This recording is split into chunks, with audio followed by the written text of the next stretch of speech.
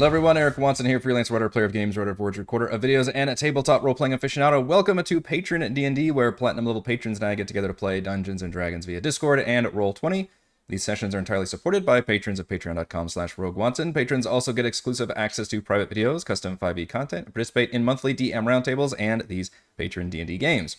These games are not live streamed, but are recorded for your viewing pleasure. You can watch more D&D session reviews and crafting streams here on the channel. And you can read recaps at roguewatson.com and listen to all of these shows with the Rogue Watson podcast, available wherever you get your podcasts. You can join our official Discord server with the invite link in the description below. Our music is by Kevin MacLeod, and our amazing original character art was done by Jimmy McClure. Welcome to Chapter 5, Episode 2 of our Empire of the Ghouls campaign, designed by Richard Green and published by Kobold Press. This session, I am joined by patrons Brandon, playing Bahn, the Kobold Bard College of Whisperers. Hey there. CT playing Rye, the Shadow Fae Black Powder Sorcerer. Hello. Jason playing Zaberi, the Human Battlemaster Fighter/Wizard. Howdy. Stan playing Alaric, the Dhampir Death Domain Cleric/Bard. Greetings. And introducing one of my oldest and dearest patrons, joining us for the Patreon D&D game for the first time, Morgan playing Millie Muggins, the Human Way of the Kensei Monk. Hi, everybody. Previously on Empire of the Ghouls. Having cleansed the grand necropolis of the evil Ghoul King, the party received a magic book and a free teleportation to the underworld, home to the Ghoul Imperium. Their mission, to rescue the kidnapped Archduke of Krakova from the Imperium's latest and still secretive schemes. They were given a single lead, a deposed Ghoul Lord who was ousted when the Imperium formed a century ago, Narrowzane, known as the Last King. Rumor is Narrowzane survives in hiding and could make an unlikely but useful ally against the Imperium. When the party arrived in the underworld, they soon met a friendly kobold bat merchant named Varja. She revealed that any leads for Narrowzane could be found in the nearby Ghoul Outpost, known as the Pit of All Flesh. The party should seek out a Darrow cult devoted to Narrowzane, known as the Cult of the Withered Hand. She travels with the party as they navigated through the twisting tunnels of the underworld, where they fought off crazed cultists and violently negotiated with a Darakul over captured slaves. They bid farewell to Varja after helping drop off a juvenile shriekbat and headed toward the large outpost. But as you continue on your journey, you come upon a strange figure, and I will let Morgan describe this character. Or maybe she comes across you. Do you want to be stealthy in your approach or open?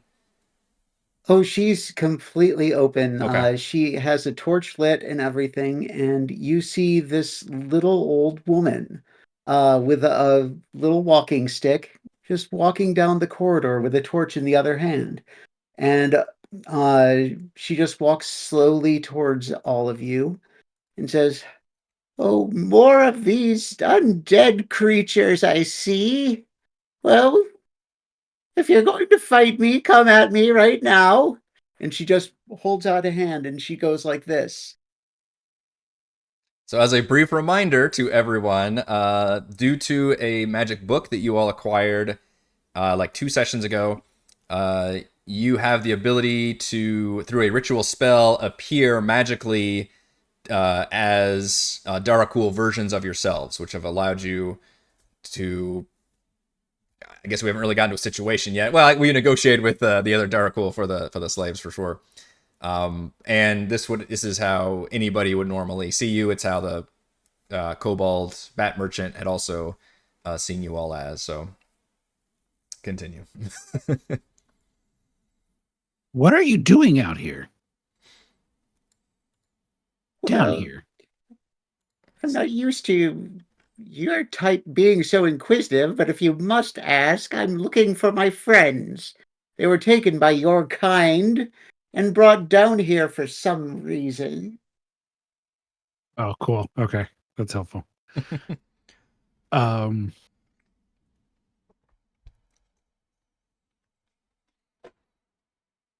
And you're just by yourself? Like, I get knocked unconscious literally every time I deal with something. And you're just down here alone? Well, listen here, young man. And she kind of hobbles closer and closer to you. And she goes, "Look." and she's looking. How tall is your character? I'm like 3'2", and he's old as hell. He's an and elderly kobold. he's an old kobold that looks like he's a dead old kobold now.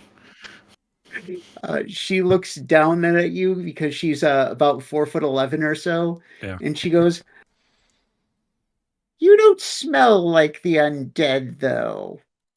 What are you using? Some kind of bat guano to cover your stench now?" Well, as a matter of fact, I probably did step in some. So, Millie, if you want to make an investigation check during this dialogue sequence, you certainly can. Or if you literally want to inspect, see if you can deduce any shenanigans with their appearance. I'm Yeah, the I great would love to do Grimtooth that. Rotbone. Ah, you remembered the Let me name. pull up my character sheet. Does she have any cookies? I don't There we know. go. We can find out, though. The last person sold bats. We didn't really get too many. What do you got? Let's see. Investigation. There we go. Ooh, with a +3, that's damn good. Oh, sorry, I didn't mean to roll with it. That's all right. The Advantage. 20, the dirty 20 is enough. So during this conversation, especially as you lean close and Bahn's just been replying back, you can discern that you are looking at a magical illusion over a non-dead kobold inside. Well, she looks down and goes, "Okay, now what's going on here? You are not who you appear to be, and I am not one to take with liars. So you better come clean now, boys, or I'm going to have some words for you." Narc. I tell you what, if she pulls out cookies, I'm gonna lose my mind. So we're from. Oh, I'm from Zobek. We're here looking for information about Narrowsane. As Grimtooth I don't Rotbone, know. I'm gonna take over. The new Lord Emperor.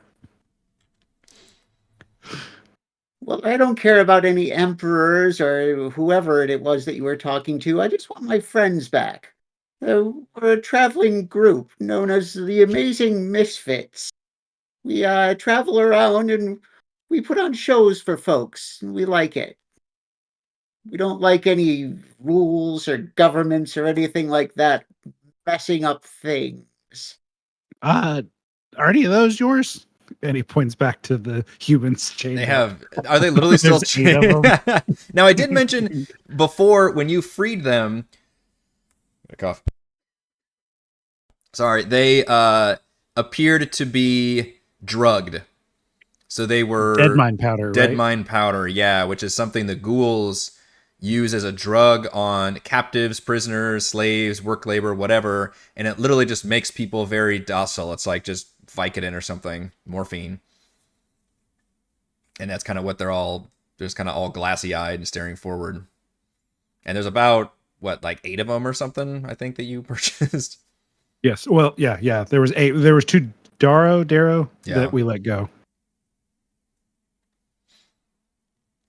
Sorry, the late question, but like, how long? Do we have any idea how long the direct lasts? I don't. It says last for a day or 2 when they wear off. Is what Okay. my notes say. Okay, I wasn't sure how much information you had gotten from a check, but yeah. And how long have we been traveling with them? This just happened at the end of last session, so probably only less than an hour. Okay. Yeah, the passage of time, I haven't quite. Right. Yeah, this is a drug that they would have to Yeah, okay. continually feed them over a regular basis, but it's not like they have to give it to them once an hour. It's like every couple days or something. Or they probably do it like maybe every day to keep, make sure they don't. How long did Varja say before we get to the pit of the all flesh? You all are maybe just a few hours away. You're very Okay. close now. Yeah. Okay. In fact, we can go to the map screen. Pretty map. Yeah. Very. There's kind of only room for one old person here, but I mean, I might make space. I'm the token old person here. Well, I don't see why both of us can't be around. If you're going towards where my friends are, then I'm going no matter. Okay, I don't like this. This is too bossy.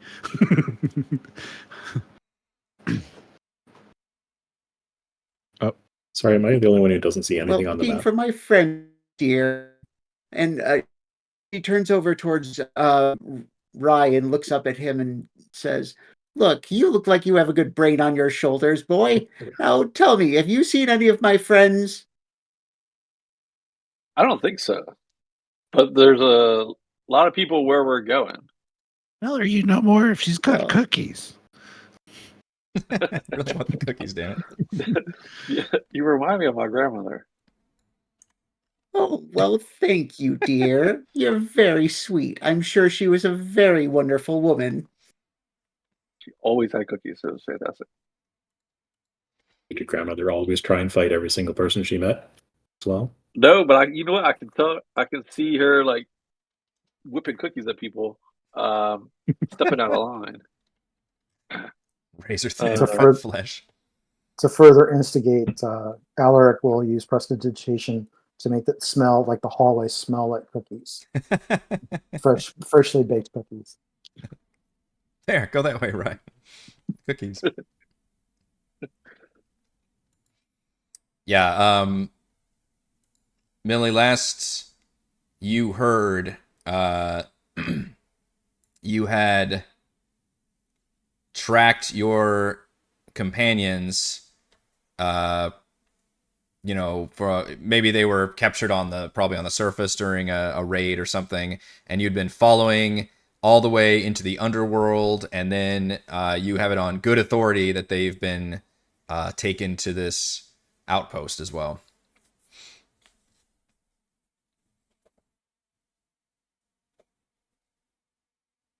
You muted. You muted again, Morgan. I had to beat some information about out of some ghouls about this tower that's nearby that apparently has lots of people there. So we apparently are going to the same place. Well, well, dearies, I guess I'm just going to have to join you, and we're going to have to find my friends, and you're going to have to help me, free them. They all look wide-eyed. Yeah, Bahn doesn't know what to do with somebody that's this forward. Yeah. We can talk about that when it comes to be. Well, come on, don't dilly-dally then. A description of them might be helpful. Oh, yes, where's my mind? I'm sorry, dearies. Well, the one that I'm mostly looking for is Zingo. See, he's this very, very nice gnomish gentleman. He joined the circus just recently. He wants to be a mime, don't you know? And he doesn't talk very much. He still does talk a little bit, unfortunately. He's working on that, though. He's a very fine, strapping lad, though. Uh, he's about the height of that one over there, and points kind of towards Bahn, and goes, yeah, about that one's height. Much younger, much stronger, more virile Hey, looking. Like Bahn, except Oh, not run not that over by a you're car. not virile, honey. I'm sure you're just fine. So we're trying to find a tiny person who doesn't speak very much. Sounds easy. Mm-hmm.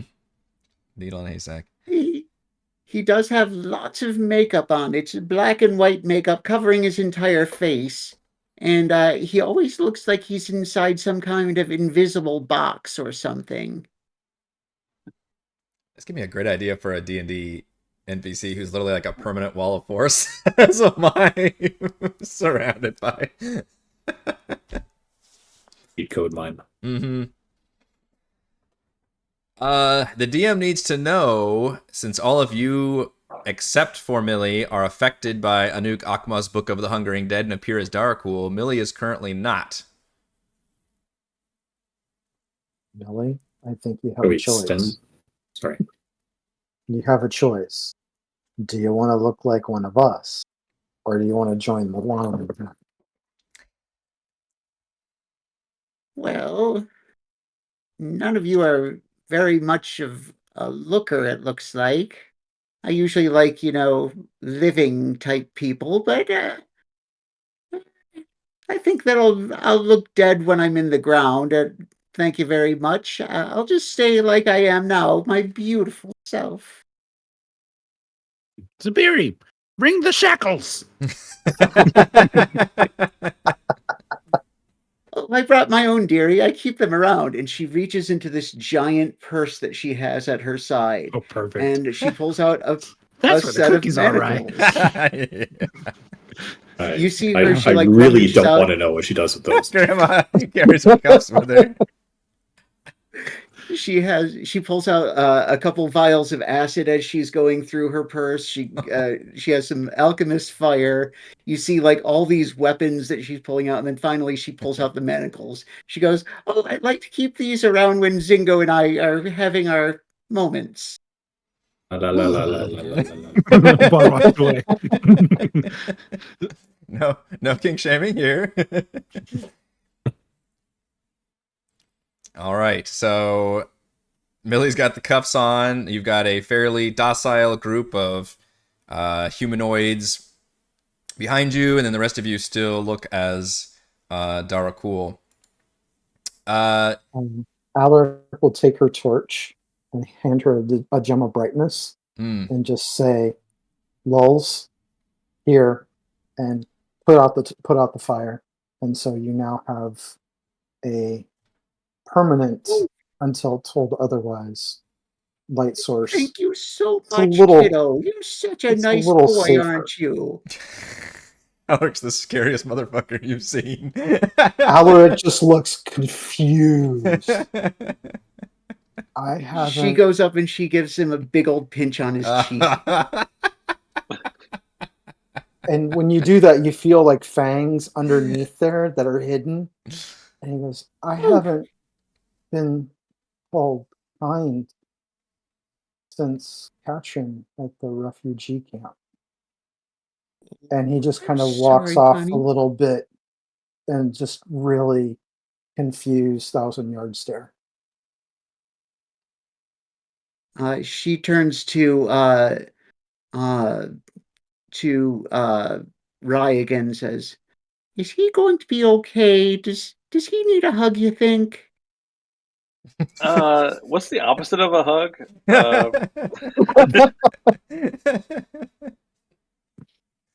Well, maybe you should go over and try giving him a hug. If you haven't tried it yet, it can do wonders for a person. He goes, let's get him killing some people. That must be better. we should head to the pit of all flesh. That cheers him right up. That's what Oh, he the pit needs. of all flesh. Now that sounds like a fun time. The tunnels It's a gradually become nicer and more accommodating the closer you get to the outpost, including paved floors and built-in steps, widening to fit entire beasts of burden. Foot traffic also becomes more common, mostly undead, who pay you all very little mind, although some kind of sniff around your chain gang of prisoners behind you. The tunnel walls turn into buildings as you step out into a huge cavern with a central plaza and multiple buildings. Old minecart tracks run the length of several streets. A pair of bored-looking imperial ghouls stand watch. Several ghoulish creatures feed from a putrid fountain in the center of the plaza, which is dimly lit by greenish light flickering from glowing orbs on the walls. The nearest building with visible signage says Noshings in Undercommon and Common, and appears to be a tavern.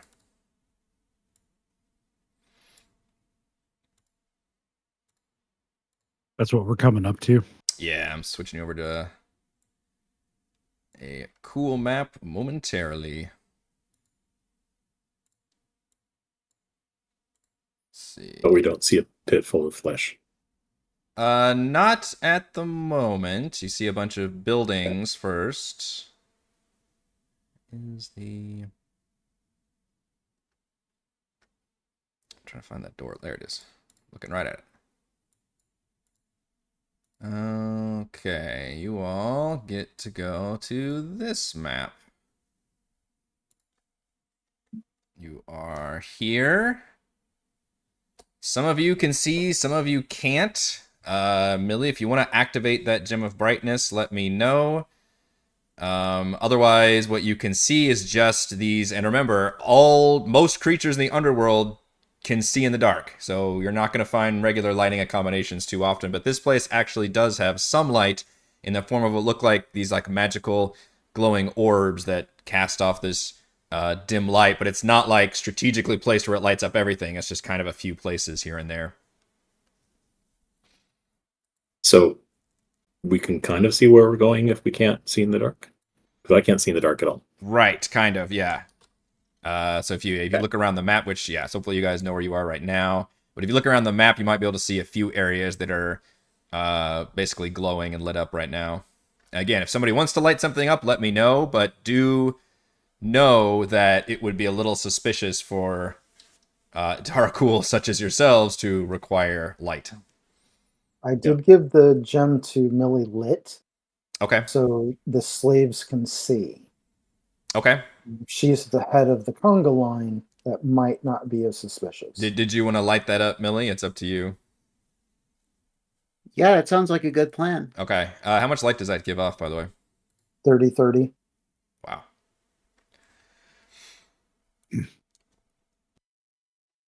Is it Yeah, if that's the case, I'm gonna like a gem of pretend to be leading them. dimming brightness? I can't see shit. All right, well, Millie's about to light up the Gem of Brightness, which should give you a shit ton of light. All right, so she's got the light, and she's kind of leading the chain gang on. So yeah, you see the tunnels have just turned into like buildings. You're still underground, you're still in the underworld, but there's buildings around you. You've got ghouls, which you've recognized as full Imperial ghouls. They've got armor, they got weapons. They look kind of bored. They're not like super attentive, although they're kind of looking at your group of captives with some interest.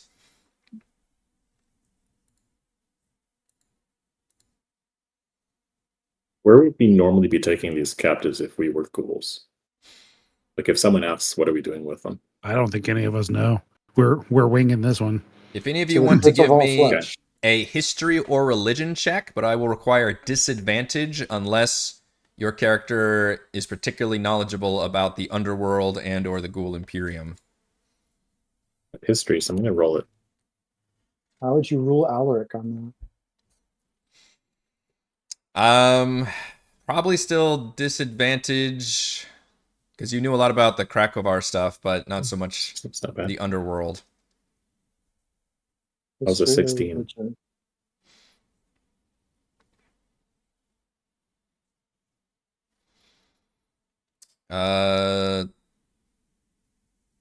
Okay. Millie would definitely, yeah, 16. You would know through whatever research, and Zaberi would know a little bit about this too, that the Pit of All Flesh is the largest of the Ghoul outposts. There's several outposts throughout the Imperium that help, stake their territory and guard the realm. And this is a particularly popular site for religious pilgrimages for followers of dark gods.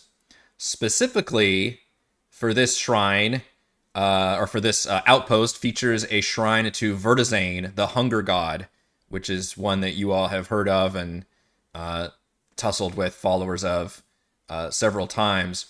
And the titular flesh pit has become a rather popular arena for entertainment.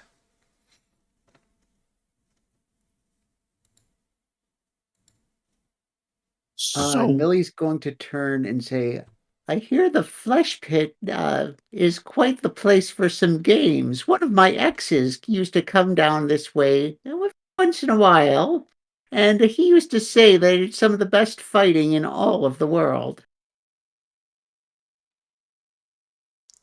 Who the fuck And I are said that in front of Zaberi.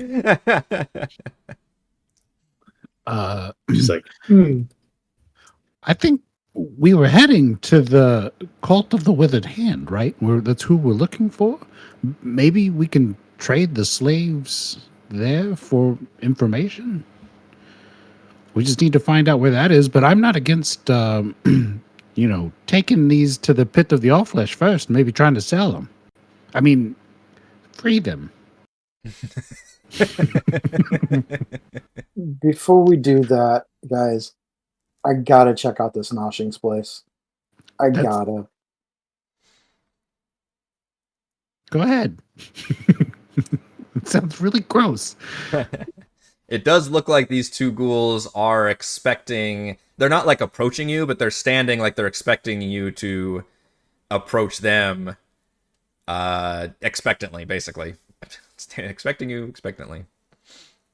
Right? Can I ask if, like, common is a common language? Is common a spoken common language? here?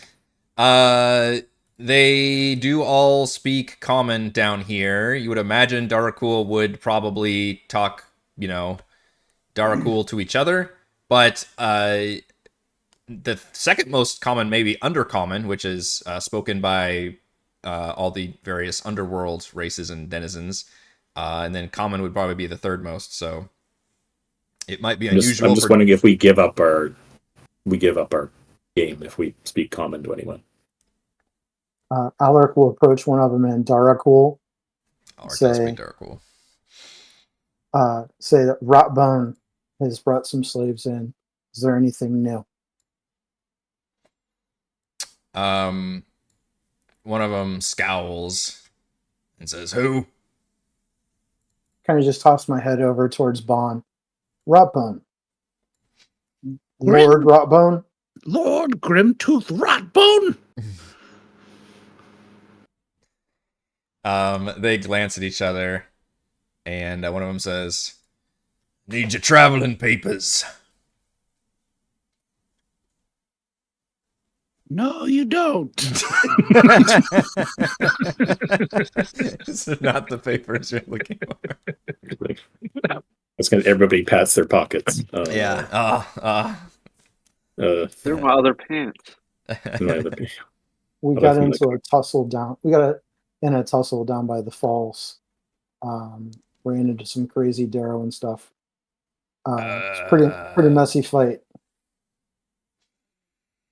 They tried to steal our slaves from us.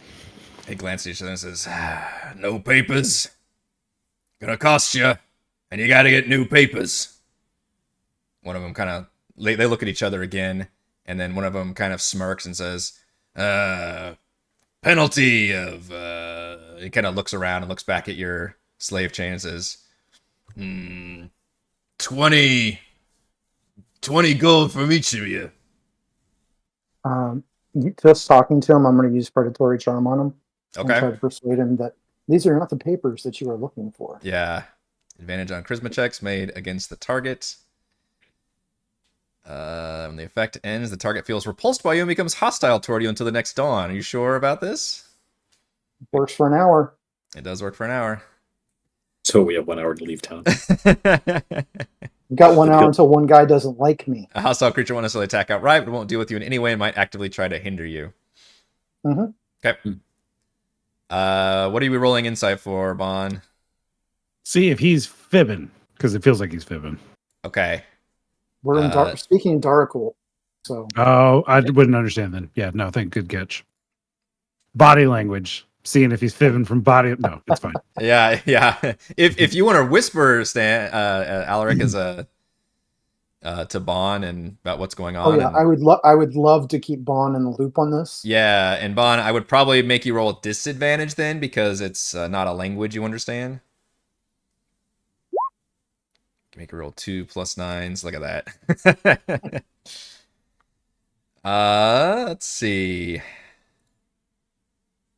He said 20 gold for each of us. Bahn, you're pretty sure they just made up this penalty on the spot. Yeah. The traveling papers part, yeah, you think that's something they is legit, but you think the 20 gold fee thing is something they just came up with on the spot. It's like I have been doing raids all over the surface, working out of the Ghost Knight Castle, and all just laying out the creds. Not saying that we killed all these people, but that we've been in these places doing raids. And it's like, I don't need papers today. He sighs and says, you want to enter any other buildings, you're going to need papers. You want to go to the pit, you're going to need papers. But I don't want to deal with you. So he looks at the other one, and the other one just shrugs. He says, Who's right. giving out papers now? Administration's that way. And points to across the plaza towards this direction. Kind of to the northeast. It's like, you can't miss it. Gods outside, they'll show you where to go. Standard issue stuff, you know how it is. Gotta keep things orderly around here. All kinds of nefarious sorts coming in and out. What'd you say these folks were goings to? He indicates the all the prisoners you have. This is food or for the pit? We came here for the pit. Everybody comes here for the pit. All right, well, it's pretty full right now, but always takes more. So I'll just give him a nod of thanks, and we will head off towards the northeast to get papers to get legit. Yeah. You can hear them whispering to one another as you all walk past, like, can you believe this guy? Jeez, coming on strong. You can tell it's like the effects of your charm. But yeah, they just kind of widen their stance and just kind of look back at anything else going on. Here in the plaza, you can see that this fountain in the middle is overflowing with blood, pus, viscera, just rotting flesh, a fountain of it. And there are several emaciated ghouls, like kind of clawing at it, trying to eat it. And then most of you have seen these ghoul steeds, which are these weird transformed ghouls with like elongated limbs that act as mounts for the actual imperial ghouls. And some of them are kind of chained up here, and they're kind of lapping at the pool as well. We avoided a fight with those, didn't we? Like in the big, like just outside the forest. Yes, I think you've Yes, seen we them did. once or twice and never actually had to fight one. Yeah. I think Alaric had to eat a body part. Yeah, Had I to. had to take a bite out of the leg. So yeah, I remember that. I was for it. Anyways, Grimtooth Rotbone will look back at the slaves in Zaberi and clap his hands as he continues to follow Alaric. Full on egomania is being sated. and I'm To gonna this, post up to protect the group from the people around the pool. yeah, you do and- notice some heads perking as this. And I will tell them I'll just point towards the northeast and tell Bahn I will catch up to you on the corner of that building up here once we're past the pool. Yeah. One of the guards calls out kind of snarkily and says, "Hey, you wanna park your slaves here? You can, but it's gonna cost you to have us watch them for you." All right. Thank you for the offer. We've got it. Yeah, and Millie, this group is very creepy. They just kind of follow you around like glassy-eyed children, just no resistance or anything. Zaberi's gonna note that in her travels she could have sworn she met a fox outside of the 10 towns who sounded like those guys. I don't know what you're talking about. Yeah, to the south, you see a sign that says Noshings, looks like a tavern. To the north appears to be a shrine, which has the symbol that you all recognize as the hunger god. And then the building to the northeast is labeled as administration, but it does say below the sign, no weapons allowed. It's like swords crossed out, crossbow, the thing crossed out. You said this is Vertizane's temple? Yes. Okay. And this one's administration. That's administration. And down here's Noshings. Down here is Noshings, yep. And Okay. if you want to check out any other buildings, let me know. But those are the ones you see as you're passing along. As you all pass through the kind of central area, you spot a pair of skeletons marching up a opposite street towards the south, and they're carrying a dead body. Millie, you recognize one of your companions, even from afar. Not the special one that you mentioned, but one of the red shirts is just kind of dangling, and they're just dragging this body from the south. No, that's Nex. That's little Nex Dread. Oh no, Nex. He was such a great acrobat.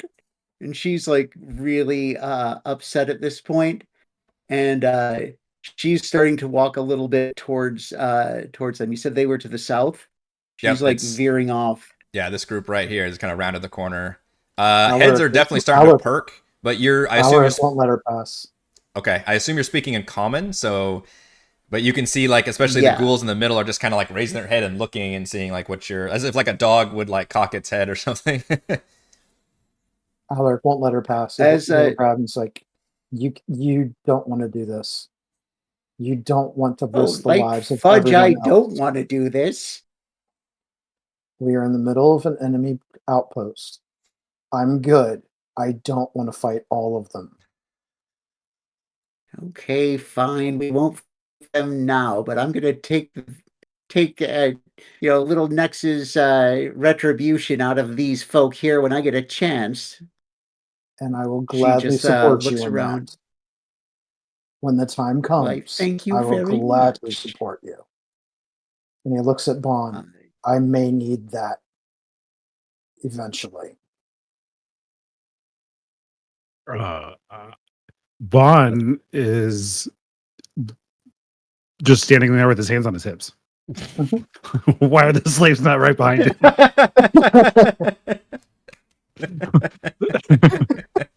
He's just hands on his hips. He's looking up at Rye, like, "Are you going to do something about this?" He's living his best life right now as a ghoul lord. It's like, I think I'm going to go ghoul lord.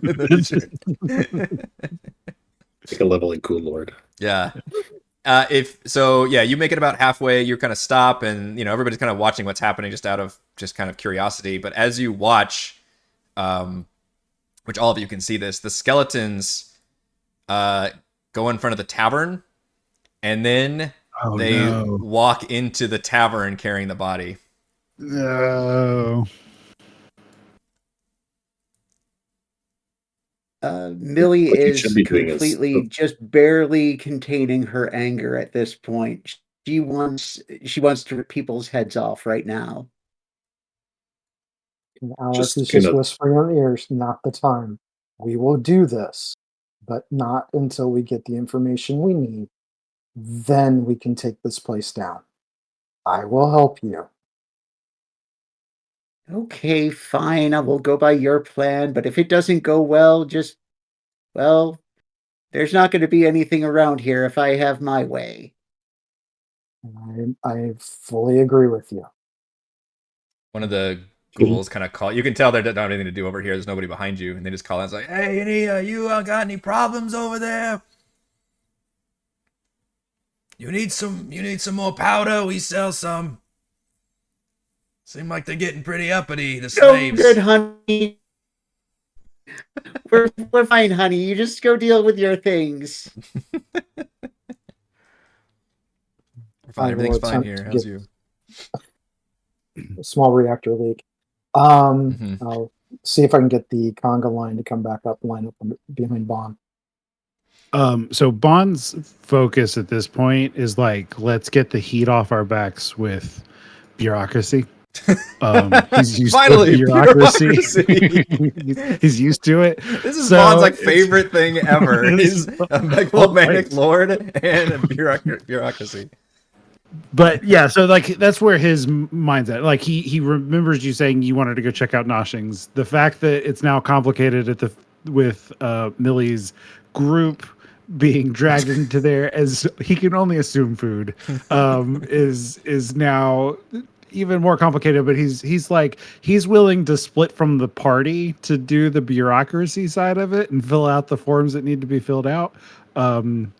If you guys want to split up and do something different, or we can try to do the administration stuff. But I'll follow along with whatever you guys want to do.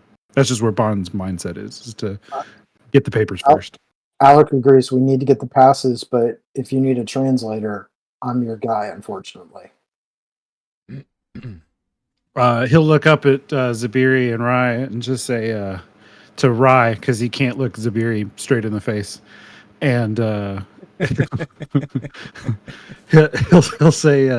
he'll say you mind being bodyguard, right? I mean, you'll light everything on fire if it goes sideways, right? Yeah, absolutely. Okay. Do we need like a code word? Fire. Guano Bag. or something. Just in case. That's lit. Yeah, okay. That's good. I like it. How big is this sort of place in general? Like, you know what I mean? Like, where these skeletons came from, could it be from really far away, or is it like a couple of city blocks tops? It's hard to tell because you're underground, so you can't get a good vantage point. You just see like buildings that are kind of just cutting off your line of sight. So honestly, it's kind of hard to tell. The area looks like it has kind of basic infrastructure in place. It's not exactly a town. It's still an outpost, but this is a lot large. I mean, if you were picturing, an outpost of just like, a fort kind of a thing, this seems to be more of like a small town situation almost. So it definitely it's probably bigger than you expected, and it's just impossible to tell, especially with the darkness and the underground, how far this stretches. If I split off, would everybody get pissed off? Turn around and my only thought is that I can't take Millie with me. I guess maybe I could, but if we follow these skeletons, we can find out where the rest of our people are. Yeah, the skeletons are done. And they're if just Alaric, the body. If you want to go with them too, I mean, it's common's like spoken, like, so I can get by. I'm not leaving you by yourself. No, I don't need a babysitter. I'm your bodyguard. I am Lord Emperor Grimtooth Rotbone. Lord Emperor. It just goes more each time. You got bigger titles. Supreme, extra deluxe. It'll come. Yeah. He'll give a sarcastic bow. For someone of your stature, you should have some sort of a bodyguard with you. Are there stables for slaves? I'm not saying this like, okay, that's a weird thing to say. I wanted to understand that it's in universe is what I'm trying to say. Where can I park my slave? Yeah, where can I just like, can I put these somewhere, or do we need to have somebody watching them? Is there a meter, or I'm done with these pets. Yeah. I mean, you can ask the guards. There's guard station everywhere. Yeah, I did say that we could pay for them. Or he did say. Yeah, in fact, when you turn and look down another street with the administration building, there's another pair of guards just sitting there.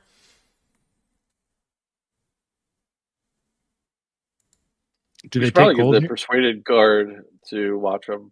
That'll give us a cool hour. Yeah. I can do that. I'll go down and ask him. It's like, hey, Lord Rotbone has changed his mind. Would you be so kind as to watch these slaves while we take care of some administrative matters? To the original one you were talking to before, the one you've charmed. Mm-hmm. Yep. Does that include Millie? No.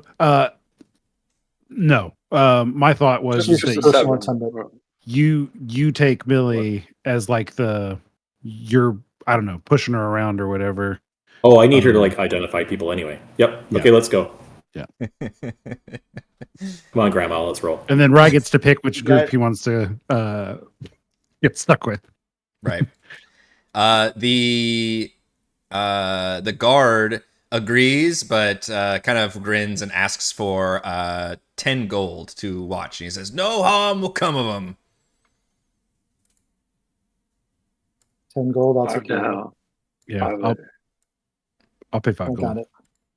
And you can see one of the like emaciated beggar ghouls come like, turning around, almost like Walking Dead style, where it's like on the ground going, "Arr!" And you see this guy just the guard just comes up and like kicks it in the face. Oh, dang. Yeah. Back in your hole. Yeah, I'm gonna take off 5 gold, so you can take off 5 gold. Alaric. You hear the guards whispering from afar. It's like, you should have asked for more money.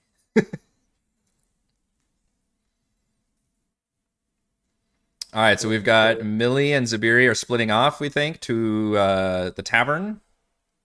I'm waiting where we are to see if the skeletons come back out. Okay. Which I'm assuming they're just doing a drop-off.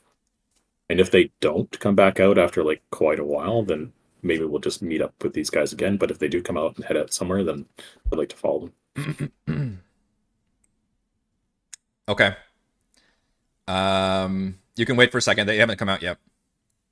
At the administration building, as I mentioned, the sign says administration, and below it says no weapons permitted. And the guards definitely look a little more attentive than the other ones and kind of size you all up and just kind of nod at you, but also look at how well armed you all are. And disguise self. We don't carry any weapons. They say in let's see, what does the book say? 10 wings, up to 6 friendly and creatures. You assume a ghoulish countenance. The benefit works like the disguise self spell, except your appearance changes only to that of a Derek Cool version of yourself. So can disguise self. Does that hide your stuff? You make yourself, including your clothing, armor, weapons, and other belongings on your person, look different till the spell ends. Okay. I am willing to agree to that, but they do give you a stern once over, which is going to come out as an investigation check for them. Bahn will take off his rapier. Okay. Yeah. Bahn will, so I was thinking about hiding it under my robe or whatever, but yeah, no, Bahn will take off his rapier as a sign of... Picture it like an Old West thing where like it's not weird that you're carrying weapons, but like they've got a sign that's just like, hey, you gotta like unholster and put your gun in a box or something right here. You'll get it when you come back out. Yeah. Yeah. But Bahn will take off his rapier, he'll unhook it from his stuff, and then he'll hand it to him and say, just make sure it's still there when I get done. They glower at you and don't say anything, but one of them just nods. You hear a slight growl from Alaric, and he'll take his warhammer and hand it over. Okay. The other stuff is still hidden. They have a chest right there that's empty when you see it, and they open it up and put it in the chest. They nod and says, I'll see you.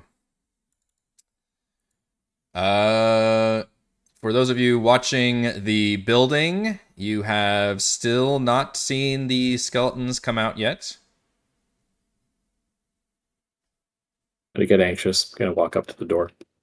Okay. Hug Millie. I'll follow along as well. Okay. So it's the south, right? It is Like down this here? Yeah, it's right at the yep. Okay. Okay. Oh, still can't see shit because I can't see anything. Oh, Yeah, this might be a bad idea. You entirely rely on Millie for your she's giving off the brightness. Oh, okay. I'll get up front So- then, and can I reach up with the manacled hands and open the door? Sure. Might look weird to others, but doesn't I go really right I watch can ahead. open the door for you. It's not difficult. Millie's very aggressive. Or in this that works situation. too. Yeah. You like reach to open the door. I'm like, yeah, open the door, lady. Yeah. Well, you got to cover Open for the it. door, open the door, slave. And she just kind of walks in and looks around, like not even paying attention to him. Your senses are assailed by the smell of blood and meat. The cramped tavern is dimly lit by flickering candles, A pair of ghouls at a table devour several human fingers arranged like an appetizer with a bloody sauce, while an alluring vampire beckons for a living servant to refill her wine glass. Wine glass. So you see several undead in here eating and drinking in this establishment, and there appear to be several just normal-looking humanoids, humans or elves or halflings or something, walking around and serving folks. There is a bit of a bloody trail leading towards this eastern door. Meanwhile, in the administration building, as you all enter the door, the guard kind of turns and shouts and says, some of the people need papers. And you see a Darakul sighs at you all, looking just harried, and ushers you inside and into a comfortable, large seating room with chairs made of skin and bone, but they do look quite comfortable. And says, "Wait here," in Darakul, and then kind of runs off into a side room.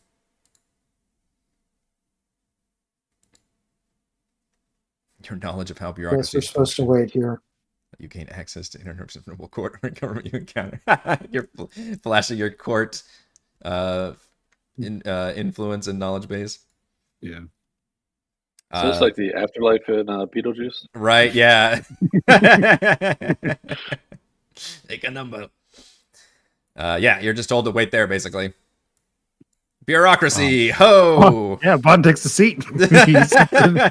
he's all in. This is where I'm a Viking. Meanwhile, the tavern is fairly lively, or unlively, as it were.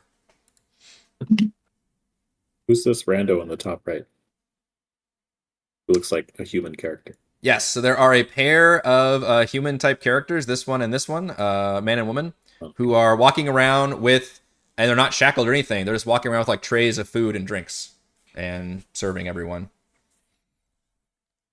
They do occasionally go in and out of this upper room, which door to the upper right, which reeks. Can I position myself so that, like, somewhere like here-ish, so that if they go through there, I can kind of see through the door? Sure. Yeah. For like a second when they go through? Yeah, the door is kind of left. I'm leaving it open because you can kind of see as they come in and out. It's one of those like quick, I don't know. Service doors? Yeah, service doors. Thank you. Okay. I can't see because Millie's not beside me, but it is dark though. this is on. Just push Millie around. Please go through. I just keep her for her light source. Didn't you say it's like dimly lit candles? The middle room is, but these side some of these side rooms aren't. Yeah. Okay. Millie's gonna kind of walk over a little bit to the right here, and she's going to try to stealthily kind of nudge open the door with her foot, kind of standing against the wall, kind of kicking behind her to nudge it open a little bit more. Okay. Millie, this is a horror movie that you see from glances. You see a normal, not undead, kobold dressed in kind of a chef's apron and a lot of cooking accoutrement, and is busy hacking up chunks of flesh, cleaving from the bone, one of your former companions, as the pair of skeletons just watch without even moving. They just kind of stand there. You can tell that they recently dropped this off. And yeah, the kobold makes no sound or anything, just kind of wordlessly, just almost mechanically does it. You can tell he's not undead, just a kobold. And is just kind of doing it. And really, it's doing it like he's not, his face is like impassive. And he's just treating this like it's a pig that he's slaughtering, basically. Or not, it's dead. The body is deceased, and the cook is treating it like somebody brought in like a dead fish or something, and like, preparing it. I guess that's the word I'm trying to think. Preparing it. Okay. Well, she is going to look at Ryan Zaberi and just say, "Cover for me, boys." And she walks in there and closes the door. Oh no, your light swords. All right. And, meanwhile, when she Bahn, go ahead. Go ahead, Morgan. You first. I was going to transition. I was just going to say, when she gets in there, yeah, she's going to just take a second to kind of look around and get her bearings. And can she tell? Does the chef look like they are much stronger than the skeletons? They look like regular skeletons, I guess I'm asking. Which one of these three looks the most powerful? The skeletons, and you're an experienced adventurer, level 10. They look like regular skeletons. The kobold doesn't necessarily look like a garden variety minion kobold. It looks like he's got some experience, and you would probably the chef maybe have some kind of tricks up his sleeve. You think that the skeletons the skeletons just appear normal, like they've got the tattered, weapons and the armor scraps or whatever. They appear to be just normal garden variety skeletons. So in the administration office, Bond sitting down in the bone skin chair, and someone looks up and says, "Oh no!" That elevator music. It contrasts nicely with the horror moment. This is what is the Dawn of the Dead remake, I think, right? Where they're like running through the mall and they get to the elevator and the music, and I fucking love that. So many movies pull that trope. Where it's like a horror moment and then like the elevator music, and it's just like staring straight ahead and like cuts the tension. Fucking amazing. Yeah, we literally cut right here. She sees that and close the door into the elevator music of you and I are just like just humming. Just doing that impatient thing. You're just kind of slapping your hands, rolling my fingers on the thing. Like, this is a really good chair. I don't know what kind of. Alaric's tapping his toe and trying to hum along because the two bards are in the administrative office. Yeah, that's true. Yeah, is that song the playing here is the ghoul from Ipanema. The chairs of skin and bone are distressingly comfortable. A door finally opens, and it appears to be like a small office. You're fucking loving this bureaucracy. And a imperial ghoul, kind of who's very bespectacled. She points her head out and just kind of does a generic next.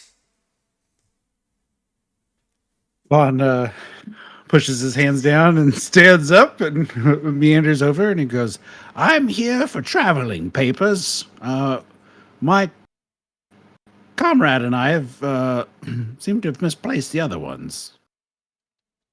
You're speaking common, I assume? I am, yeah. Okay.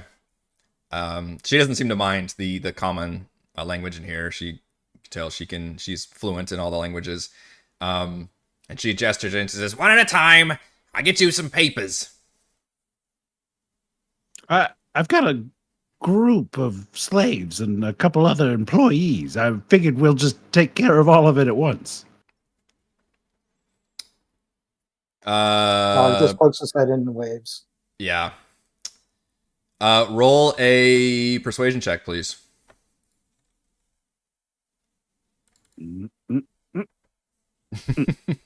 With that plus 13. You get 22.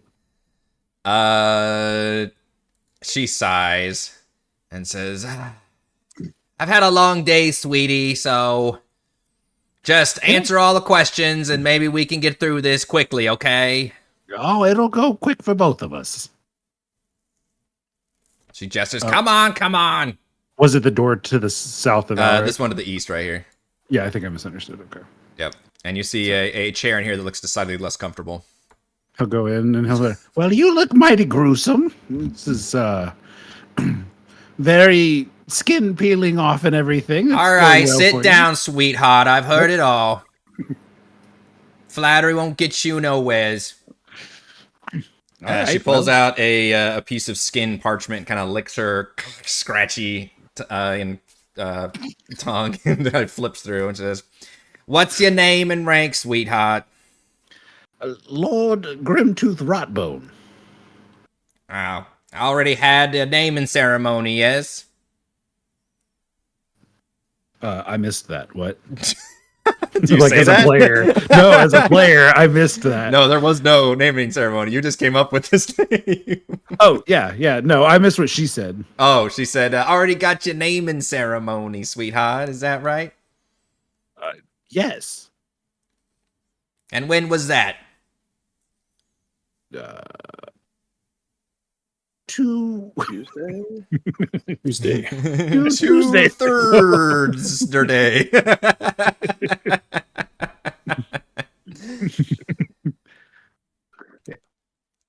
What do I know about the calendar systems? Like, does the overworld use a different calendar system than the underworld? If you want to just say like 2 months ago, you can. I'll say two months ago is fine. She says, what's the date and source of crossing? Now, you may not know what she's referring to here. Yeah. You could infer. Date and source of crossing. So that's when I died and became a Daracool. Or whatever I am. Fever. Daracool fever. Yeah, no shit, sweetheart. The source of the crossing. Who gave you the fever?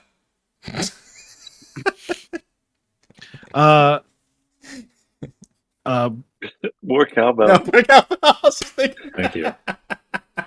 I was like, I'm not going to make that joke. The only prescription. But it's got to be made. Was Boris cruel? Okay. You name drop a previous enemy that you fought? I think he was a ghoul. I'm going to go with him. Okay. I'm going to say Boris cruel. He passed, from what I understand, shortly after giving us the... What do they call for passing? I don't know the words. Like I'm not familiar with the thing as a player. Yeah. But like whatever the Daracool's version of like not making it anymore is. Sure. Trying to be polite. He is no longer with us. Yeah. It's a shame. It's a shame. I'm sorry to hear that. What's your business for traveling in the Imperium then? Slave trade. Ah, yeah, it's real popular. Yes, you come with your own slaves here? Yes. Okay, and how many did you have coming in? 9. Very good. And she's writing all this down. Very good. All right. Do you prescribe to any particular religious affiliation? It says here you do not have to answer if you do not want to. I abstain. Very good. I'd never mess with that stuff anyway, sweetheart. It just causes a lot of issues around here. I tell you that. Do I notice any markings on her? Like of like any particular thing she might? It's an excellent question, but no, you do not recognize any religious symbols on her. Yeah. Like no, sweetheart. My religion is the keeping everything organized. I think I'm in love. There's an order for everything. Everyone should have the papers. They don't pay you enough is the problem. You must do it out of love. Thank you. I appreciate you saying that. We've been trying to get some more funding here for the administration building. It's a lot of work. It's underappreciated. So thank you. Folks come in here, they get very angry about having to fill out their papers. It's just unnecessary. Is Alaric's outside, right? He's not in the room. Because I was going to say he would have to have veins just like popping everywhere. Alex is like, I'm glad that you went in there and I'm doing this now. Yeah, she's filling everything out. And all right, you know what? We usually charge a fee for the traveling papers, but I can tell you one of the good ones, you. She's now a female Robert De Niro, she is. And I like the cut of your jib. So I tell you what, I'm going to give you these papers. They're going to be good for you and your little entourage here in the Outpost. All right? You know, everybody's been saying that the pit of the All-Flesh is the pit of the underworld. That you just can't be... and you think we could get some more funding around here. But... You know, when I become Lord Emperor, I'll make sure that you get taken care of. Whew. Oh, my goodness. The sedition on this one. She's not talking to anybody. I can't even. Oh, sweetheart. I'm ready to take over. You and I, we're going to have to visit the House of Respite later, I think, is what's going to have to happen. All right? We'll get a nice snack from the storage. It's going to be... You hear a slight dry retching around the corner outside. I will warn you, though, I assume you're here for the pit itself. You want to go to the pit, you will have to pay that fee. That's a totally different system, you understand, right? They're a different entity than we are. This is administration. That's going to be more handled by the military. They're going to charge their own fee. We got nothing to do with that. That's not on me, sweetheart, okay? That's for the entry, right? If you want entry into the pit itself, yes, that's right. And what are they charging now these days? Oh, honey, it's extortion, I tell you that. It is ridiculous. But a nice, outstanding lord like yourself carrying several choice pieces of meat out there, I think you'll be fine.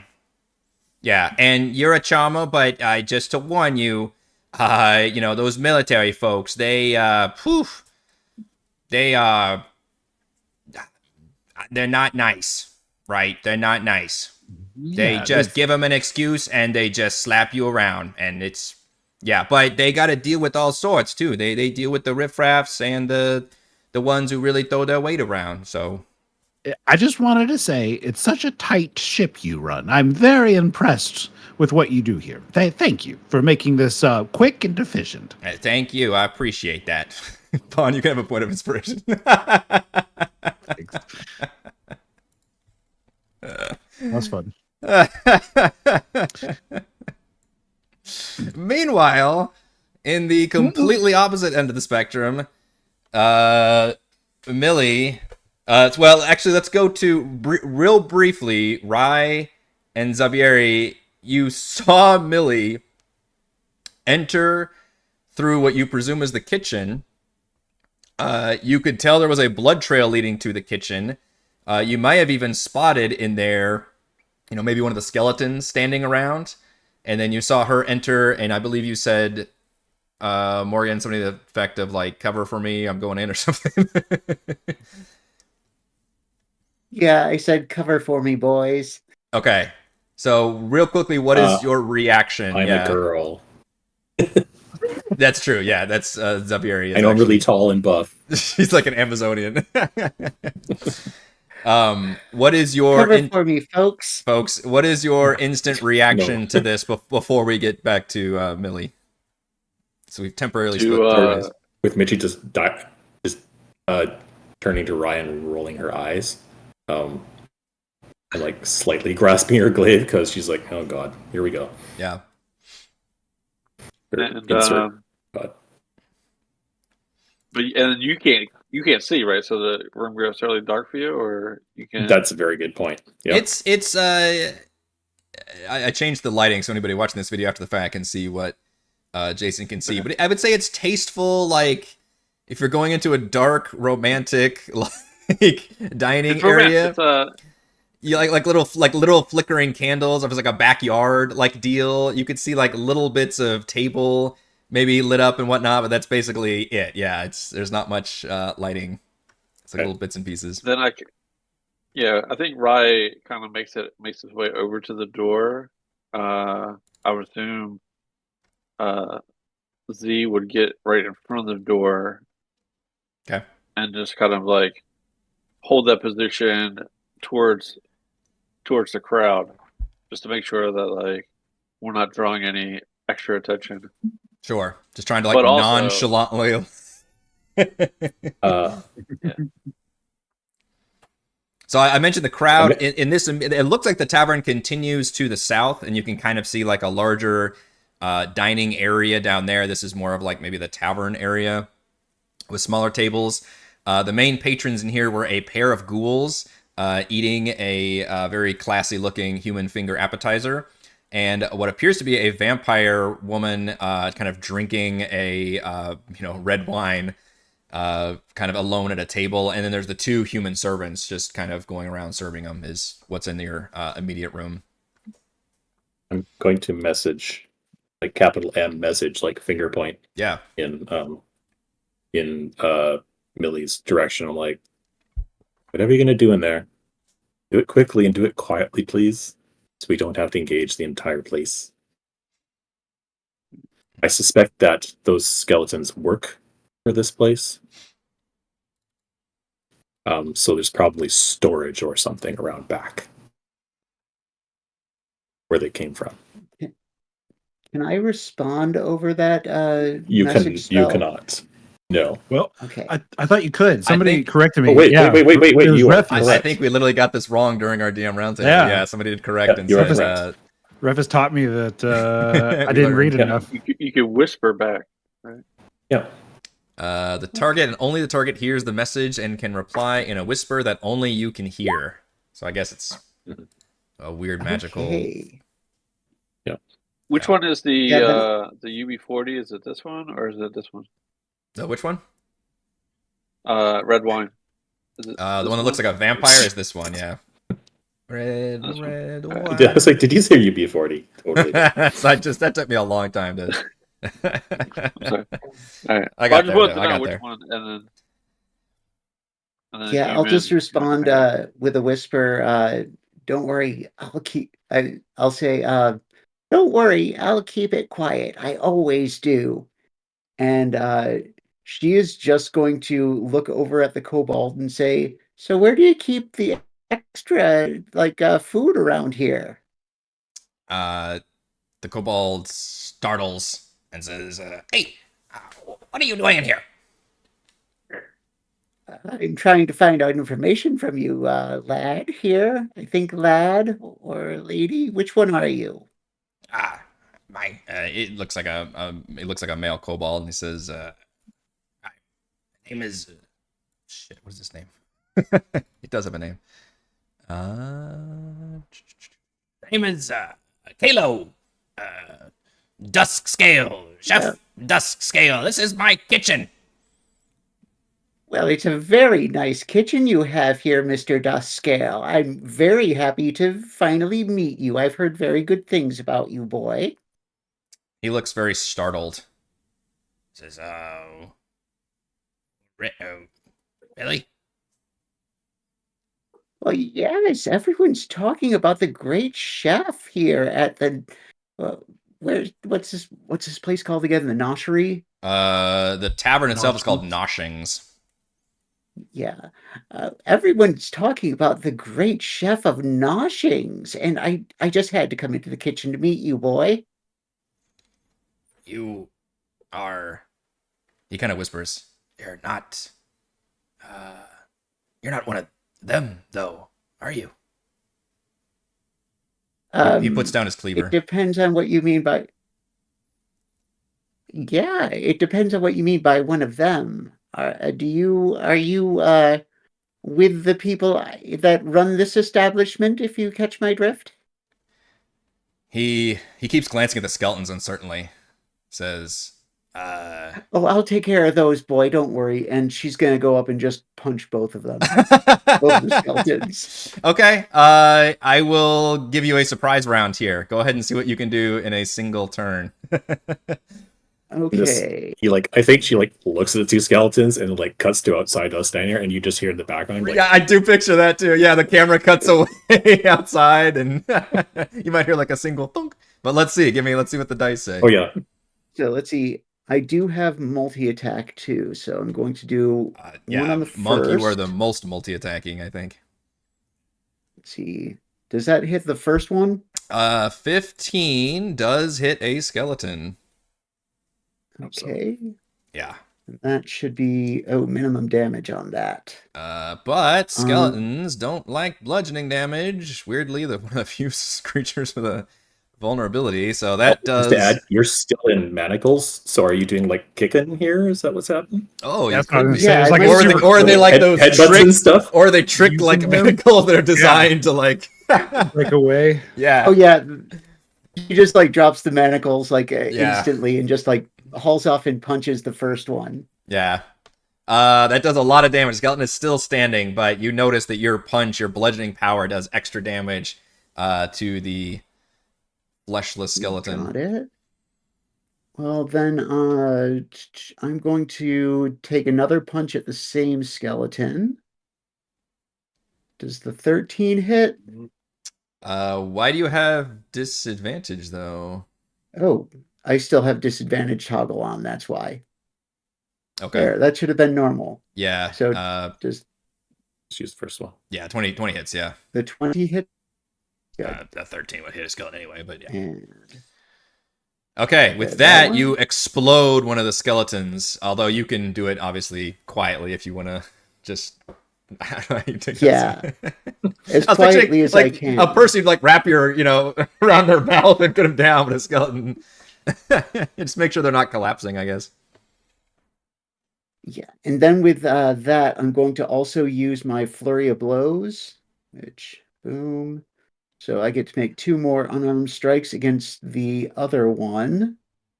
First unarmed strike. 18 does hit.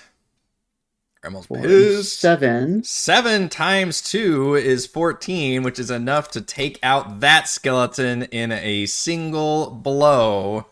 You have taken out both skeletons. Didn't even need to require the full Flurry of Blows. 7.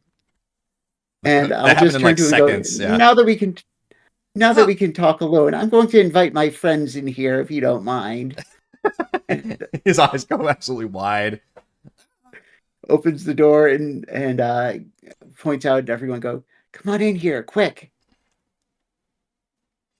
Like lean over and see like 2 piles of skeleton bones on the ground. Like, yep, okay, that's fair. Just waltz into the kitchen. Kind of wait for these like people working in there to not look in our direction and maybe sneak in. Yeah, you kind of wait for a moment where they look like they're serving people. They're kind of going out. One of them like goes all the way down to the southern end. The other one's just kind of hanging around this area. They don't look like they're ducking into the kitchen just yet. And I say, so the chef here looks like he might be a friend of ours if he wants to be, or he could be, dust like these skeletons. No. Duskscale works here, but Chef Duskscale is no friend to the Imperium. Just, if you can't beat him, join him, right? They don't. Sounds like you got beat. You're muted, Morgan. You're muted. You're muted, Morgan. I keep doing that. She says, well, thank you very much for helping us out here. And I'm really glad to hear that you are not a part of the Imperium and that I won't have to kill you today. No! Haha! You will not have to kill me. Yes, me and Camille and Johan, we work here. We serve the clients. But we are... In fact, I have been working on something that you may be interested in. You still have like your dead body that you can recognize has been like half stripped now. It's like half skeletal and like chunks of flesh over there. But he's put down the cleaver and he's just like this. He definitely goes to whisper. The ghouls cannot be poisoned. Yes? Right. So I have been working on a special compound that can acidify the flesh that you can put on meat, and when ingested, it should dissolve the ghoul from the inside out. Why, that's amazing, lad. You are so smart, aren't you? Yes, And but she not walks over. so brave, I'm afraid. Well, this world takes all different kinds, dearie, and some people are fighters and some people are cowards, and you're just the coward part of things. And that's okay. That is okay. I agree. Yes, all of us cowards here. I prefer to call myself something of an alchemist. Yes. But coward is fair also. Well, alchemist chef here, how about you give us that compound and then you and the other alchemists and cowards can go hide somewhere for a bit? Oh, is it? And he whispers, "Is it revolution time?" Well, dearie, I always like a good revolution too, and I think that it's about time that there's a little change in ownership around this establishment. Oh, yes. No kill Chef Duscale, though, yes. Or Camille and Johan. They're very good workers. Yep, just make sure that you point yourselves out to us, dearie, when all the killing starts. Oh, when the killing starts. Okay. Oh, yes. Well, I'll be the kobold in the kitchen. Don't kill that one. Then, yes, have compound, and reaches down. You can see like underneath various jars, and like pulls things back, and stuff was really hidden, and comes out with a roll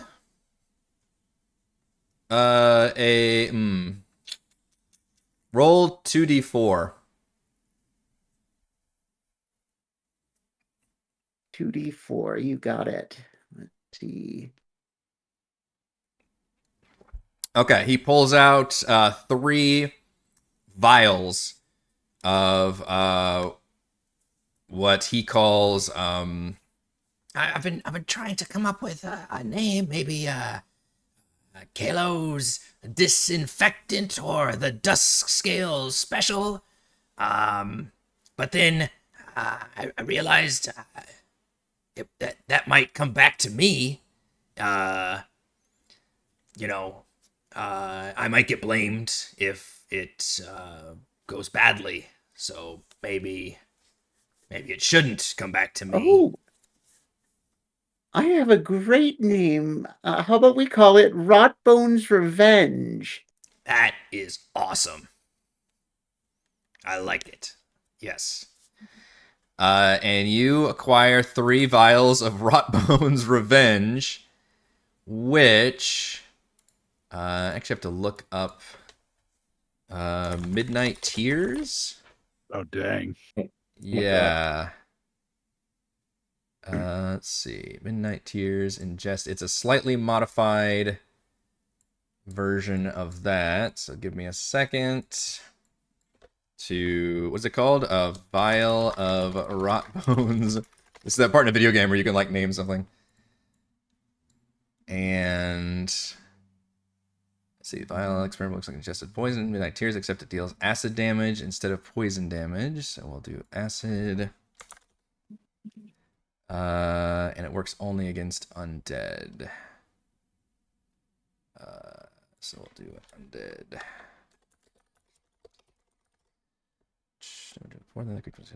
And she's going to slip a vial, like, immediately to one to Zaberi and one to Rye. Okay, so this is basically what it does. He explains it to you, and you examine your inventory. The Vial of Rotbone's Revenge. An undead creature that ingests this poison suffers no effect until the stroke of midnight. If the poison has not been neutralized before then, the creature must succeed a DC 17 con save or take 9d6 acid damage on a failed save or half as much damage on a successful one. Still trying to work out the formula, but I expect it's pretty potent. Well, this is just great, child, and I very, very much appreciate it. And you just have to be safe now because we want you to survive this whole revolution. Yes, that was definitely a goal. Revolution and survival probably not in that order for me. Probably survival number one, but revolution is good too.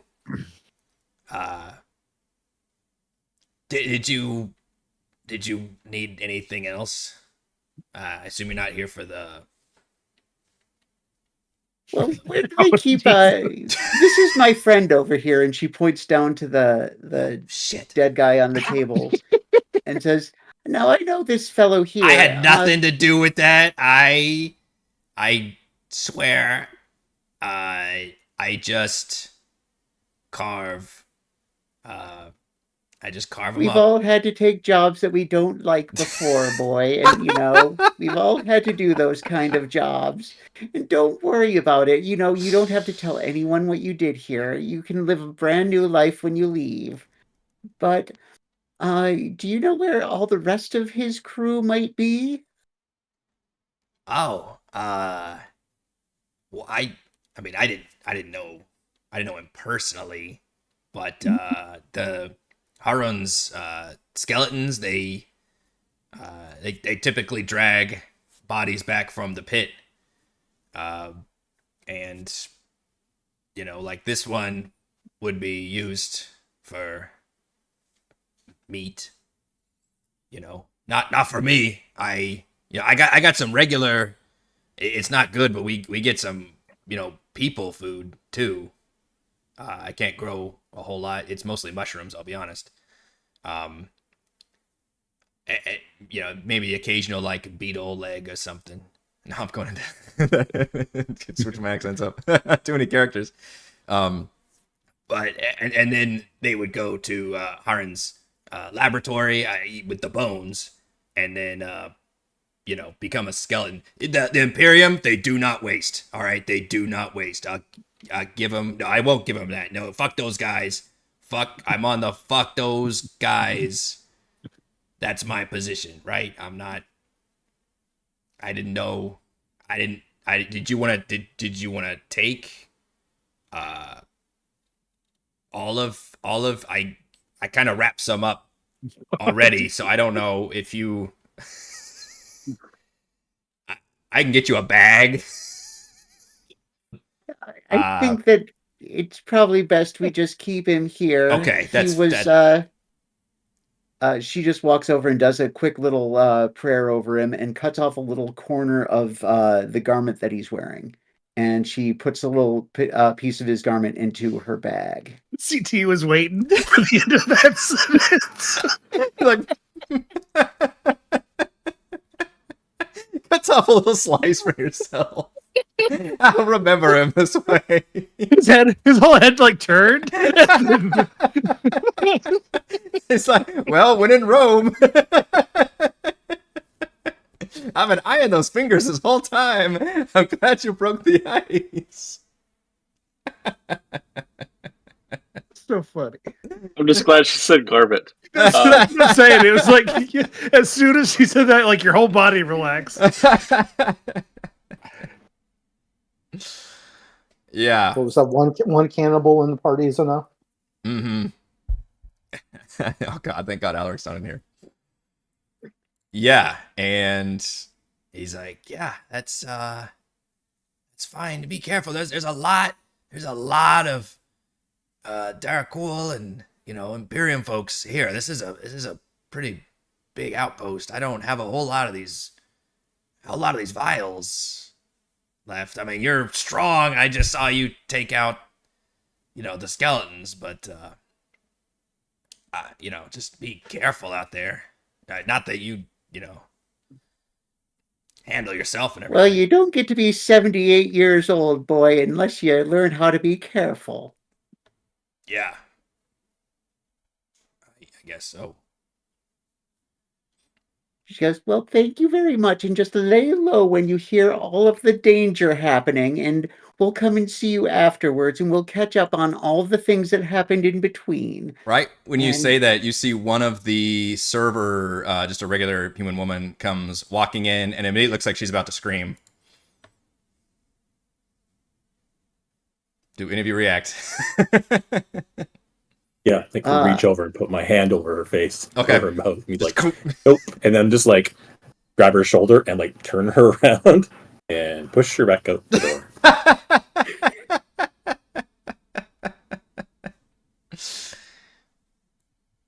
Yep, she's like standing there just awkwardly, like. Or it would have been better to hold her in here.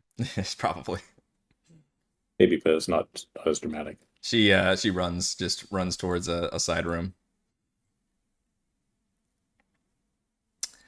Okay, I think we're gonna take a break right here. For about a 10 minutes intermission, and then we shall return to the pit of the all-flesh outpost. Awesome.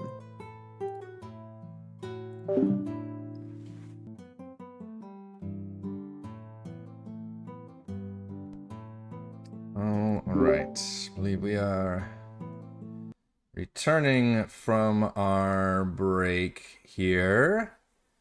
We left off with Millie having made a revolutionary friend out of the chef and acquired some ghoul-specific poisons. Zaberi and Rai covering for her. And we've got Alaric and Rai having acquired the traveling papers. Millie, I do want to give you a point of inspiration for dealing with the chef. And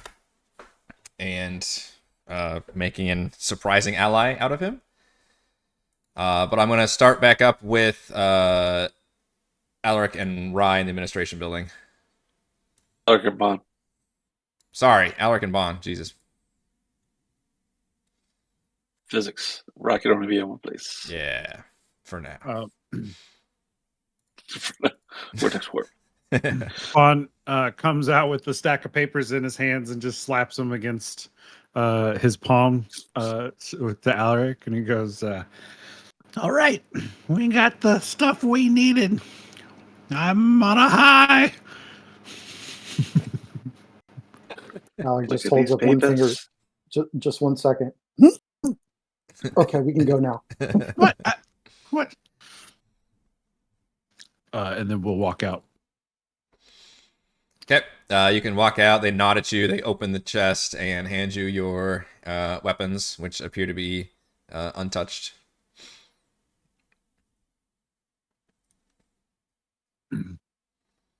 Can we stop and take a peek inside the temple on the way back? Bahn says, sure, I'm sure they're handling themselves fine.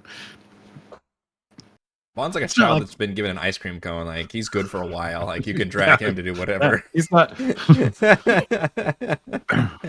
Like, now's your chance. I just want to take a peek in. I don't plan on doing anything. Yeah, you see, there's no signage, just the symbol, but you could recognize the symbol for Vertizane, the hunger god, which looks like a gluttonous worm. Just gonna peek in. Yeah, doors appear to be unlocked. Inside, you see what appears to be actually a very well-kept, clean shrine. There's a statue of Vertizane in a more humanoid form, so it just kind of looks like a ghoul in a large stone relief. And then there is a Darakul, what looks like kind of a priest, just kind of milling about and dusting and, you know, just tidying up the place, and just kind of looks over and her undead eyes kind of light up. She's like, oh, we have some visitors to the shrine. Are you pilgrims? She's speaking in, she's probably speaking in, we'll say Undercommon this time. Would answer in Darakul. Just wondering if the high priest was here today. She replies that I am the only priest here, I'm afraid. Drain Nalka, high priestess of Verdizane. Yes, we have many visitors, but we are a bit understaffed. And Alaric will use the captain that he raised as a ghoul from way back at the Ghost Knights fortress. Can't remember his name. But he'll use that as his last name. He'll say, Captain, fill in the blank here. I think that's the sword that Torben has, right? Is that Grim? That's the general. That's Grimtooth. Oh, that was a general. Okay. Yeah, I'm not going to claim to be a general. Okay. Yeah, it's not Grimslade's General Grimslade. Gotcha. It's one of the captains. And just say introduce himself as captain. So didn't mean to intrude. I may stop back in later. And he looks at Rotbone. Lord Rotbone has other business to attend. So once my duties are finished, I may find time to stop back in. Pardon the interruption. She just kind of nods respectfully and says, "We are always open." Turns to Bahn. Oh, one cleric in town. That's good. Bahn's looking down at the papers and be like, the notaries are just like perfectly stamped. It's crazy. Rubbing the embossings, I guess, is cheap. I did mention it's written on human skin, right? I don't know if I mentioned that part of it, but I might have missed that part, but he's still but the just impressed with the calligraphy. notary Holy stamp. gosh! Yeah, it's just it's nice. Yeah, and you can see in the plaza that your group is still perfectly fine and complacent. You do catch like the ghoul that you paid to watch them is like just kind of messing with them a little bit, like you would like a child, just like, you know, like maybe tickling their ear or something, and they swat it away, and like just, you know, non like violent or nasty stuff, but just kind of stupid little playful pranks or something. And you can tell because these folks are still like drugged out of their minds. right. Yeah. Well, you wanted to go into Noshings. I can only imagine this is going to go well. It's perfectly fine as long as there are just ghouls in there. If we run into a vampire, things could get interesting, though. What are the chances? Meanwhile, you guys can start making their way over there. You have not arrived quite yet as we go back to Team Tavern with Rise, Zaberi, and Millie. You, I think, have concluded your business in the kitchen. And the kobold chef is like, Mum's the word for me. You go about your business. I see Rye followed the... Good. Sorry, all Millie's friends are dead, right?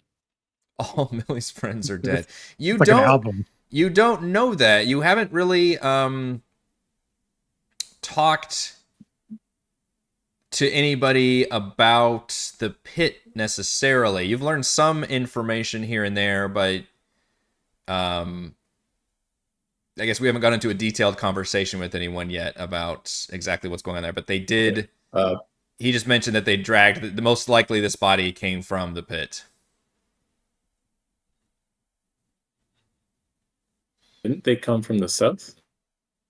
Yes, which is, well, I know the world map shows things. Sorry, the south on the map. Like, yes, the south area of the map. Isn't the pit to the top? Well, that's what I'm saying. Yeah, the map. I'm orienting myself based on the big map. Right, and this might be oriented to where you're facing the other direction, but whatever. They came from the south of this map, which what you've understood is where the pit is located. Okay. But there's no live. Okay, cool. I get it. So we're done here, basically, so to speak. Right. Yeah, I think that we're I'm looking at the other I think two people. that yeah, there's a few more people out there, but I think that if we can get all the non-combatants into the kitchen, kind of protect them just in case things break out there, that might not be a bad idea. But Millie's just gonna expecting kind something to of break out. well, Can't we just it leave? tends to happen when if people notice things are going on, sometimes you have to be prepared. And she kind of gets her fists up and she goes, be prepared. And she's going to cast a spell really quick, too. Let me cast that. She is going to cast Mage Armor on herself. Cool. It's a magic initiative. Okay. Yeah. So she's going to just get all prepared for just in case anything happens. Gonna pick up these manacles. I'm like, oh, it's time. Yeah, put them back on. You dropped this queen. And Han Solo turning to yeah. Chewbacca and be like, yeah, she'll totally put him back on, like they look like they're like all locked and everything. Okay. Let's get out of here. And then she'll just follow Zaberi wherever she goes. Okay. Just heading out the main door to the outside, basically. I might message what's range? Message's range is like 120. So I'll message Bahn and be like, papers in place. Having fun? Yeah, we're coming in now. As you guys are coming in, you see that the woman who is clearly looks like a full-fledged vampire has been ogling rye, and she's kind of sipping her wine, and she she calls out. Let's see, what languages do you speak? Undercommon. Okay. She calls out in Undercommon, and she says, "What is a shadow fae like you doing in a place like this?" She can see through his illusion. Well, you're a Derrickle version of yourself, so you would still, yeah. So she would still kind of recognize, like, I guess what he was turned into from before. Yeah. I just making our rounds through. Heard the pit of all flesh is places to check off, and it was on my list ever since I got the fever.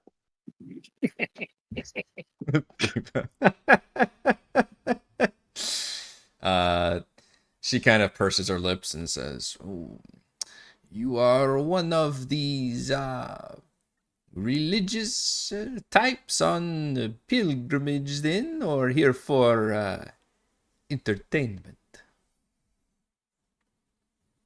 Entertainment, but I travel with those that you might consider on a pilgrimage. Safety in numbers, yes. Yes, always. We have 9 extra just for extra numbers. Good to bring snacks for the road. Tricky.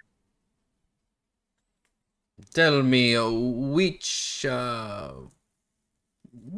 kind of creature down here do you find the most delectable?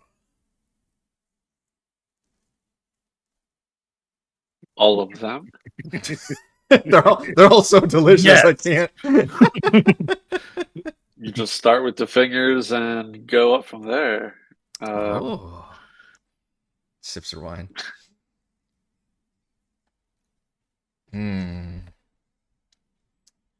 Well, if you are looking for good time, my companion is late.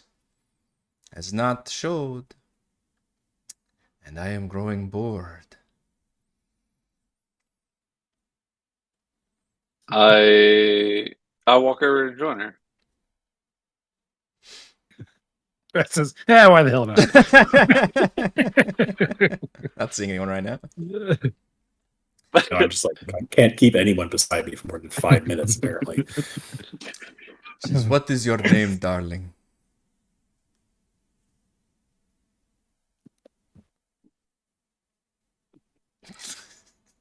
Mr. Burns, what's your first name? I don't know. It's like he instantly panics. The first innocuous question. It's just it's Jordan Peele with the sweat just coming off. Dory's not here to feed him lines. This is the Shadow Realm all over again. Dory's not here to feed him lines. Oh no. Damn it, she found me out. Help!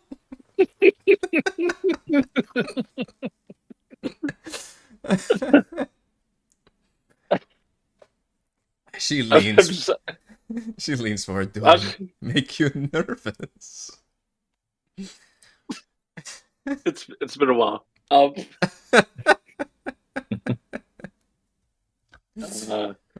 And actually, I started thinking about the sensor of dark shadows that I have.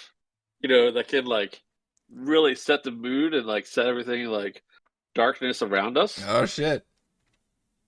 So, He's trying to give away another magic item, guys.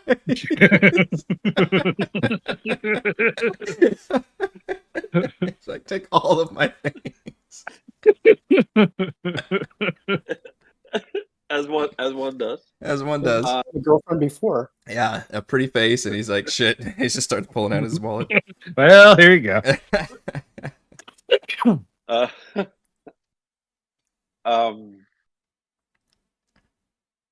Yes, I mean, she only asked my name. Yeah, she only asked your name. I'm still fumbling over it. Wilson. My name is Wilson. You may call me Countess. Dang. I've met many Countess. I don't have any S's to put on that. You have not met one such as me. Have you heard of this Lord of Old Flesh? No. He answers honestly. You have not been to the pit yet, then? No. This was my first stop on the way. I wanted to... Your first time. Not go on an empty stomach and be tempted. Well, you are in the right place. Perhaps you can be my +1 to witness the Lord in a feast. What? Let me think about it. Let me check my calendar. He's playing it cool now.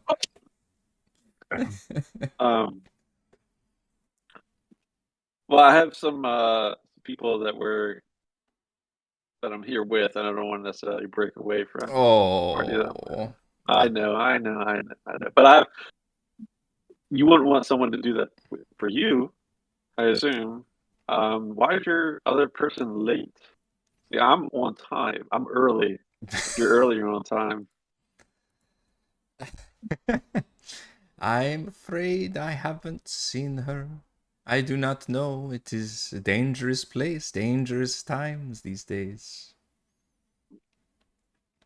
Maybe she's already at the pit. It is possible, but it would be disappointing. We have not shared our meal yet together. Who's your meal? Did you say who's your meal? Yeah. Yeah, I did. I was trying to be slick. Yeah. Well, we were planning on splitting a halfling together. I find they are some of the sweetest meats with the juiciest amount of blood, especially if you get them a little drunk first. Hard to find them in the hardy side. I'll wait for the little ones. The only ones that I will not abide by are those nasty Dero. I think their madness makes their flesh turn to string. She makes a scowly face. Despicable. Sounds awful. I heard they caught one recently. Some kind of warrior Dero. Threw him into the pit. Don't know if he still or she still lives or not. Their madness makes them fearless, I hear, but incredibly dangerous. Of course, I would always bet on Lord of Old Flesh to kill anyone. No one survives the pit. Have you been to the pit before? Indeed, I have. It is a sight to see. Just What was your... almost an endless sight of death in one space. They have never cleaned the pit. Years of death. The ground is just flesh. Mountains of it. That's why so many treat it as holy site. So much death and sacrifice for gods. And she kind of rolls her eyes. It's just fun entertainment for some of us. Of course, the Darakul give it a good show as well. Oh, I can't wait for you to see. I have a cast iron skillet that I never wash. Excellent seasoning without even trying. I can only imagine it's the same. Hell, darling, I wish you would join me, but if I can't take you from your business, perhaps we will meet later. We'll call it a date. I'll see you there. Rai, you recall you are tracking, trying to get information for Narrowzane, the last king, and you heard that he had a cult of Darrow worshippers. Darrow being these deranged... Sorry? The Cult of the Withered Hand? Yes, right? A specific cult that was made up of only Darrow that was very loyal to Narrowzane. So you don't know if this Darrow she speaks of specifically would be attached to that, but just any Darrow would be an interesting lead. And that's what Varja had told you, is like, go to this outpost and see if there's any... Basically, this would be the best place to ask around for that. All right. I'll share that with the crew. All right, with that, Bahn and Alaric officially make it to the tavern, almost like rescuing you, Rye, from from the conversation. Like, oh, there's my group. I gotta split. I mean, like, if they come in, if they come into the door, I mean, like, put my hand up and just like stop. Okay. Just be like point and be like make this sort of. Let's see how this pans out. In case they get there like semi before it ends, so we can all stand in the corner, watch and struggle. Lurk awkwardly in the corner and watch Rye fumble. Yeah, sitcom style.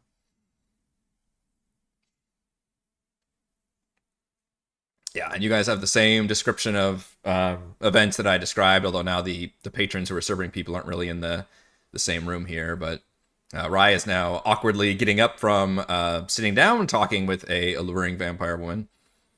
But you don't see anybody else at the moment, because I think the rest of you were... Or I guess, Zaberi, you said you walked out in with Bahn and Alaric. Zaberi, if you're holding us back, you just hear Alaric looks in, sees that Rye is talking to a vampire, and you just hear this low growl. Mm-hmm.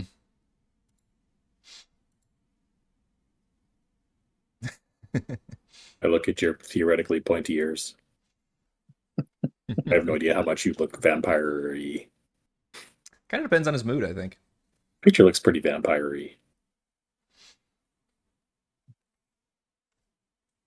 He basically passes off as a somewhat thin human that's been turned into a ghoul. Mm-hmm. So. Right.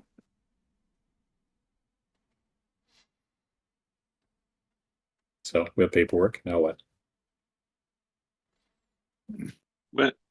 When Ross be keeping one eye on the lady that we kind of not scared, but By the kind way, of CT, your mic is like dying on us. I don't know if I'm hearing the kind of growling mechanical sound on there, but it was fine at first, and it's kind of been just degrading.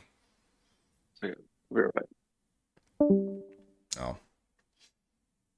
I assume everybody else was hearing that too, but it was just me. Yep. Just the last, 9 minutes talking. Yeah. Restarting. Might be a close Discord, open Discord. Oh, it's fine. Maybe. Mm-hmm. Switch to this one for a second. But yeah, you all, the party has reunited, and it feels so good. So are we all standing out in the main room again, or are we am I still in the kitchen, or you tell me? because Yeah, I was if you want following Zaberi around. Sure. Yeah, I think Zaberi's left the kitchen into the main I room. was actually on my way out of the entire tavern before Rye got sidetracked with vampire ladies. So probably you're right here with the and door. Then the other guys came in here, so we're all standing in the opening of the door. Yeah, maybe, awkwardly. Which Yeah. Anything. Just motioning to Rye to GTFO. And someone can remind me, so we're trying to get to. We need to find some Darrow. Yes. We need to find some Darrow. Probably, if Rye's downloaded info to us, probably need to see if we can rescue this Darrow from the pit. Oh. So we have to go to a fighting pit. Sounds painful. You were about to go to the pit of all flesh sarcasm. Without actually going to the titular pit, right? But yeah, that's what... That sounds all better. Means there's fighting. Oh, yes. Yeah, it sounds better. Yeah, Rye can relay that information about the Darrow to all of you as you all are leaving the tavern. I think you were also mentioning, CT, something about the person that you had stuffed in the side room. Not stuffed in the side room, but we were. She had darted to the side. You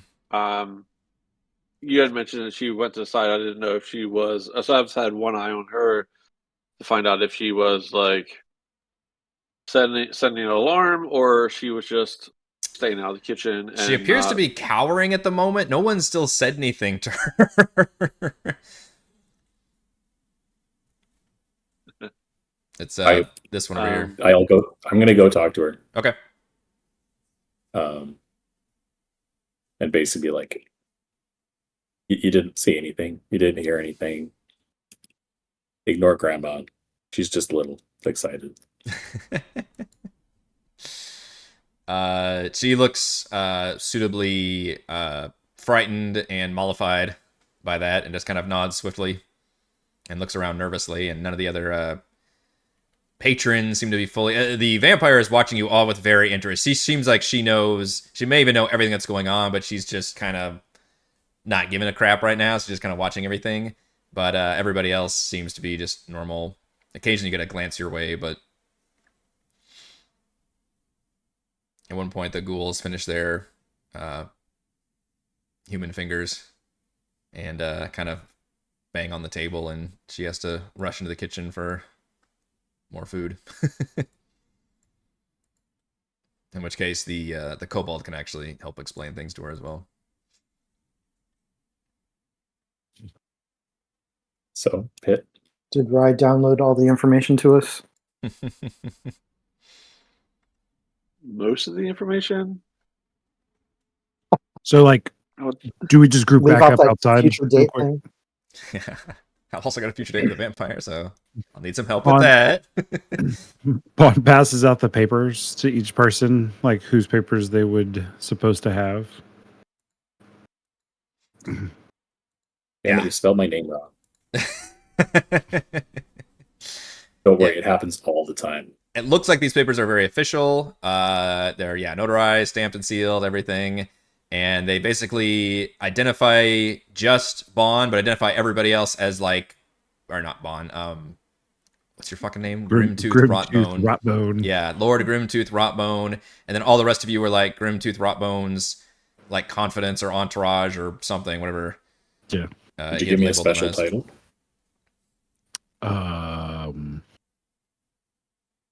Consort. He shyly hands you this paper. he's like handing it out like way up like this. Yeah. We're like,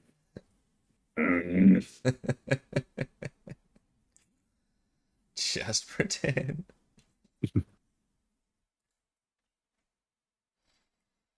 Yeah, you've still got all your. Turn to Rye. Good. Millie is going to turn to Rye and say, "Why don't you invite your nice friend? She seems very, very nice." I don't want to rush it. Slow play. Let her come to me. You have to wait 2 days to call. No play.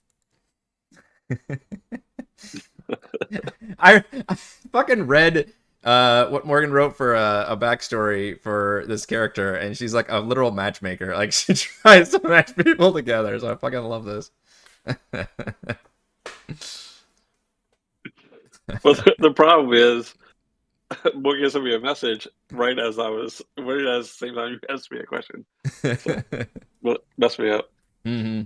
So I think we've got to get going soon before we start getting followed by somebody being cranky at Alaric.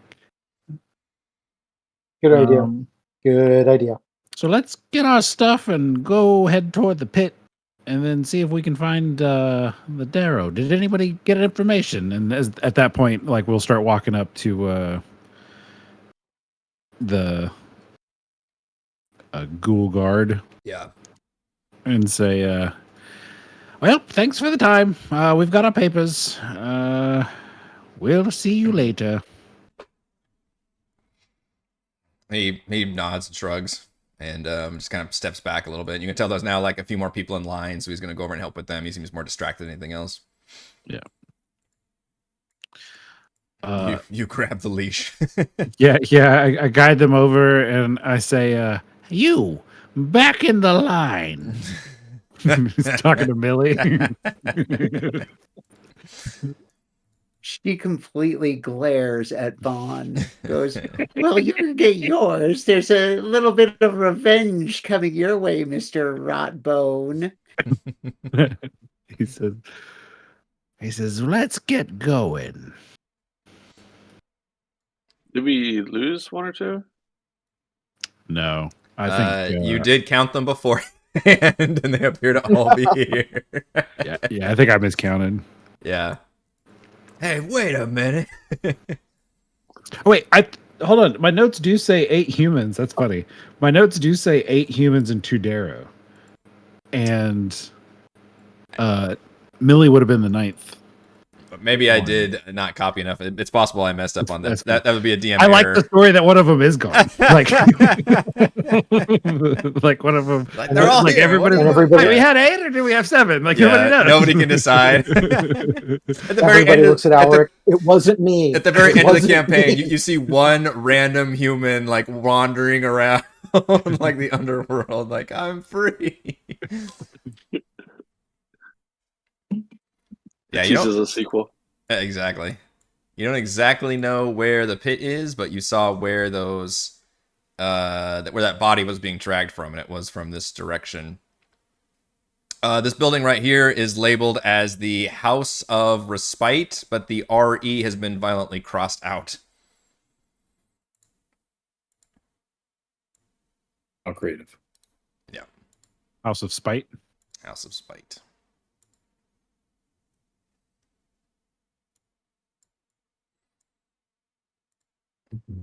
Wait, I have to Alaric move will back here. call down. Alaric will call down to the Derek hole down farther down the road. Pit this way. The Derek will kind of glare at you like they've heard this 1,000 times and just nod very tiredly and jerk their hands further to the south. As you cross this building down here, it is labeled Barracks Keep Out.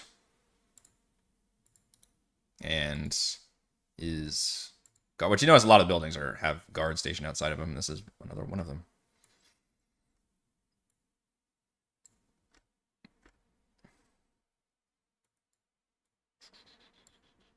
Any way to guesstimate how big this is and how many guards it might hold?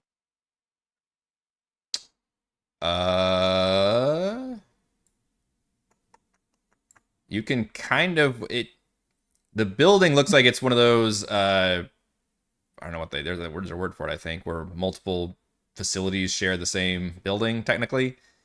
Like a strip mall situation or something. So it's hard to tell where this barracks ends and this House of Respite begins, kind of a thing. So looking at it, it would be hard to tell. You have noticed clearly there are guards everywhere, and you would need to house those guards somewhere.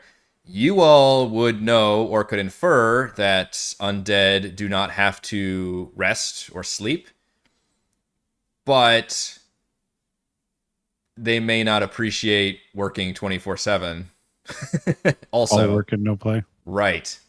So they would want like you just need like a headquarters or a base anyway. I mean, and you saw probably in the tavern, you might have spotted like a Derek guard in there, like, hanging out or something. So it kind of, this makes sense that there would be a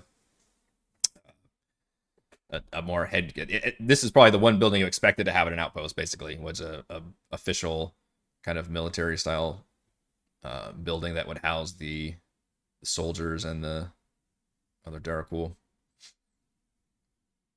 Does it look like there's any other exits out of this barracks building? Or does it look like it's connected to the next building, like there's doors in between the two? It looks like it's connected, but you're not sure. Again, similar to where you'd have like a strip mall thing where it would be, there wouldn't necessarily be doors. They're sharing the same like building overall, but there's just walls that partition the different sections, and you would presume that's something going on here.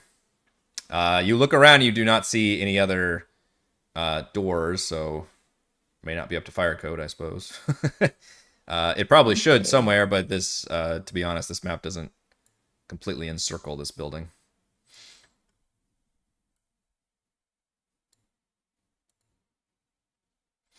As you reach the end of the street, you finally see some signage that says, the sign has been defaced numerous times, but says Pit of All Flesh, with a little arrow that points towards this direction. The street ends in a giant archway, which is not really placed on this map, with 2 sturdy wooden doors which are open. Beyond, you can see a large cavern carved into to be a large arena with a central pit.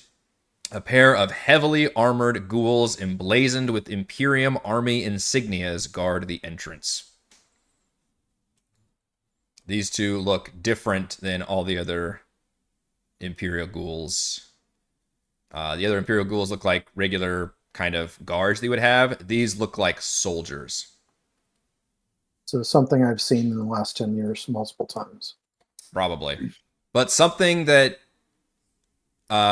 you probably wouldn't have seen not recently. Right, yeah. This is something that's literally used for like warfare and conquest. So definitely would have been in the original conquest of Krakovar, but not seen normally, especially above ground. This is like literally looks like they would be part of a giant like phalanx or legion or something.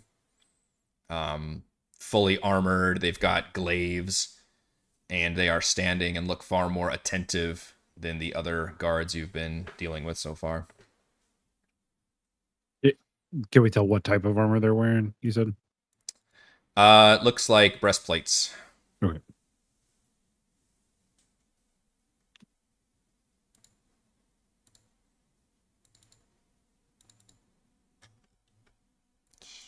Catch up all your... Lord Rotburn, would you like to present our papers and get us admitted? He nods and he says, Lord Grimtooth Rotbone is here to enter the pit of all flesh. Are you saying this or are you presenting your papers? Both. Okay. They haughtily sneer at you and leans forward, and one of them snatches the papers from your hands with a chuff and looks over it and pauses for a second, pauses for another second, pauses for a few more seconds. You're just like all standing there very awkwardly, and glances back at the entourage you've got. Says, what's your business with them here, Lord Rotbone? They're for the pit.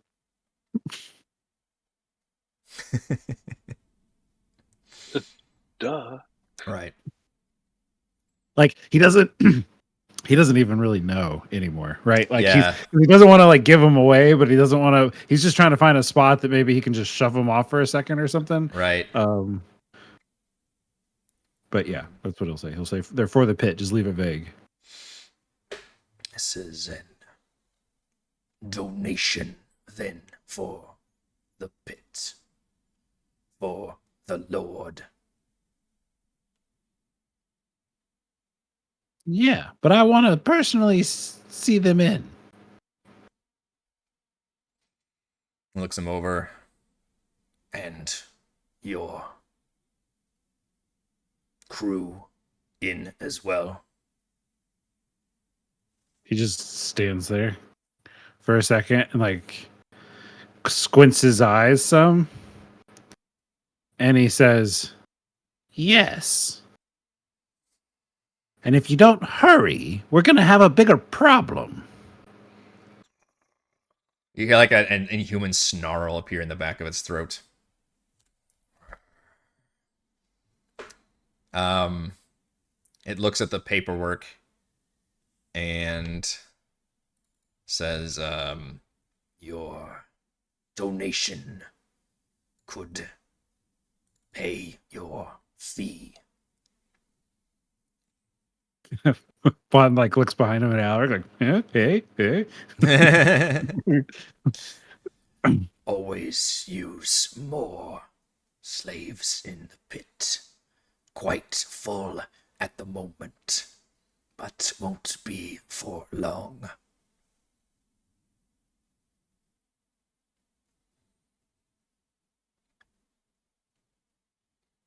and will give you back the papers. And Bahn kind of snatches them away from him. You see, you're like riding things very close. Yeah, very close. He just kind of, again, kind of gives you a little snarl, and kind of cocks his head a little bit and straightens up, and gestures to all of you. Says, "You may go inside. Speak to the guards inside to allow admittance for the slaves."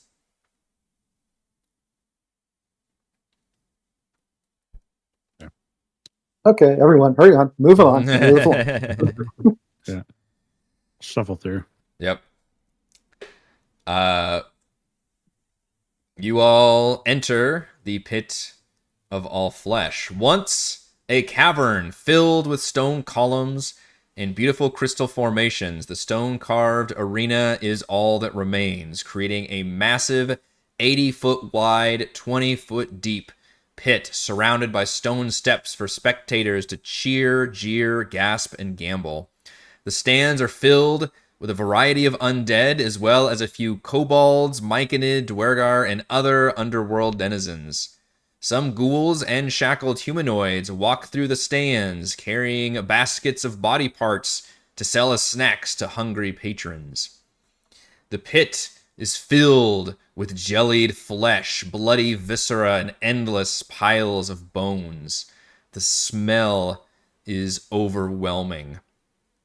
A mass of humanoids, from well-armed to nearly naked, run through the arena, attempting to battle or mostly avoid several Darakul hunters, including one astride a massive carrion beetle. In the middle of the arena is another, smaller pit. Occasionally, a large gray tentacle comes shooting out to grab anyone who ventures too close.